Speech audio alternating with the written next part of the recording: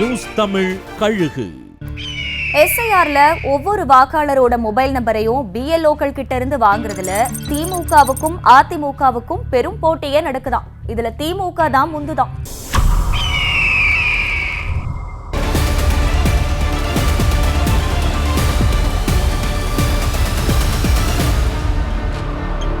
தமிழ்நாட்டில் SIR வேலைகளில் ஈடுபட்டிருக்கிற BLOக்கள் ஒவ்வொரு பூத்லையும் 700 வாக்காளர்கள் முதல் 1200 வாக்காளர்கள் வரைக்குமான விவரங்களை சேகரிக்கிறாங்க. ஒவ்வொரு நாள் இரவும் அவங்க சேகரிச்ச படிவங்கள்ல இருக்கிற வாக்காளர்களோட மொபைல் நம்பரை வாங்குறதுல திமுக மற்றும் அதிமுகவோட பூத் ஏஜென்ட்களுக்குள்ள போட்டி நடக்குதாம். கடைசியில திமுக பூத் ஏஜென்ட்டுகள் ஏதோ ஒரு வகையில BLOக்களை சரி செஞ்சு வாக்காளர்கள் மொபைல் நம்பர் உள்ளிட்ட விவரங்களை வாங்கிடுறாங்களாம். தேர்தல் சமயத்துல சமூக வலைதளங்கள் வழியா வாக்காளர்களை நேரடியா தொடர்பு கொள்ற சில திட்டங்களை திமுக கைவசம் வச்சிருக்குங்கிறாங்க. இதுவரைக்கும் நடந்த தேர்தல்கள்ல ஒவ்வொரு கட்சியும் செல்போன் மூலமா நடத்தின ஆடியோ பிரச்சாரத்துக்கு செல்போன் சேவை நிறுவனங்கள் கிட்ட இருந்து மொபைல் நம்பர்களை வாங்கிக்கிட்டு இருந்த கட்சிகள் இப்ப ஒவ்வொரு வாக்காளரோட பக்காவான விவரங்களை BLOக்கள் கிட்ட இருந்து வாங்கி அதை ஒரு பெரிய தரவு களஞ்சியமா மாத்திக்கிட்டு இருக்கான். குறிப்பா திமுக இந்த தரவுகள் வழியா தேர்தலுக்கு பெரும் திட்டத்தை தீட்டி இருக்கிறதா பேசிக்கிறாங்க. தமிழ்நாட்டுல விஜயை போல பாண்டிச்சேரியில லாட்டரி அதிபர் மார்டினின் மகன் சார்லஸ் மார்டினை B டீமா பாஜக களமிறக்கிறதா விமர்சனங்கள் எழுந்திருக்கு.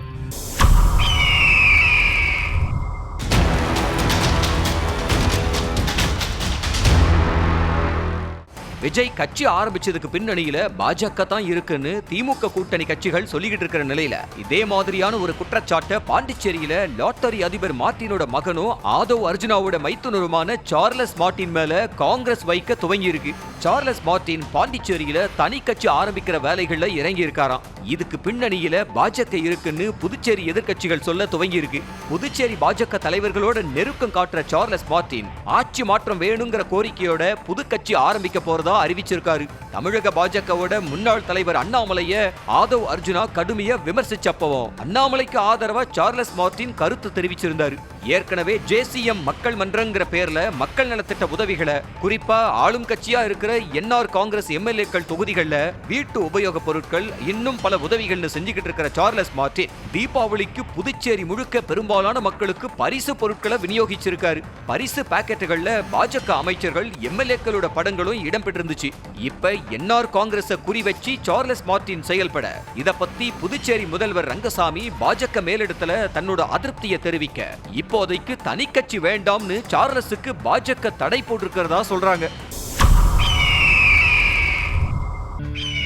தாவேகாவோட பவர்ஃபுல்லான தேர்தல் அறிக்கை தயாராகிட்டு இருக்கான். 2026 தேர்தல் கதாநாயகன் தாவேகா அறிக்கையா இருக்கணுங்கிறது விஜய் கட்டளையாம்.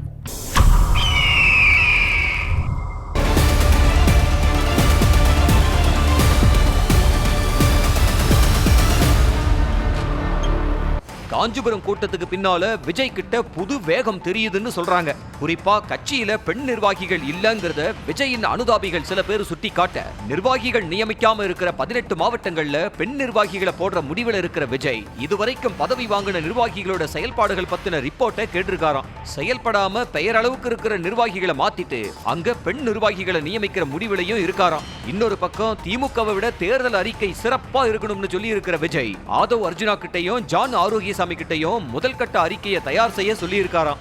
இந்த டீம் தயார் செஞ்சு கொடுத்த தேர்தல் அறிக்கையோட ட்ரைலர் தான் காஞ்சிபுரம் மக்கள் சந்திப்புல பேசி இருக்காராம் விஜய். ஒவ்வொரு குடும்பத்துக்கும் நிரந்தர வீடு, வீட்டுக்கு ஒரு இருசக்கர வாகனம் நிச்சயம், கார் எதிர்கால லட்சியம், ஒவ்வொரு குடும்பத்துக்கும் நிரந்தர வருமானம், தனியார் மருத்துவமனை மாதிரியான அரசு மருத்துவமனை, ஒவ்வொருத்தருக்கும் பவர்ஃபுல்லான பாதுகாப்பை உறுதி செய்யற சட்டம் ஒழுங்குன்னு விஜயோட தேர்தல் அறிக்கையில இருக்கிறத தான் விஜய் பேசி இருக்காருங்கிறாங்க. ஒருங்கிணைப்புக்கு வாய்ப்பே இல்லங்கிறத 30ஆம் தேதி கோபிச்செட்டிப்பாளையத்துல திரும்பவும் அறிவிக்க போறாராம் EPS. இது பாஜகவுக்கான சிக்னல்னு சொல்றாங்க.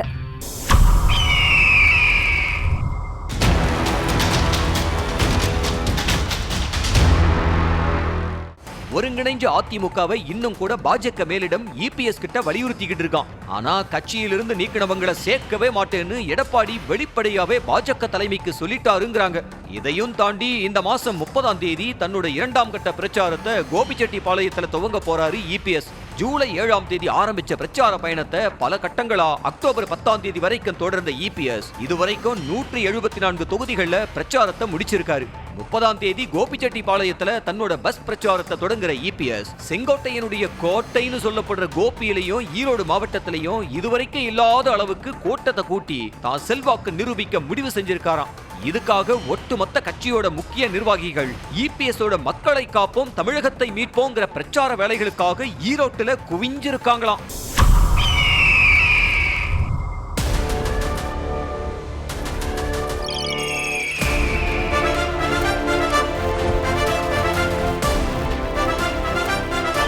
நியூஸ் தமிழ் கழுகு.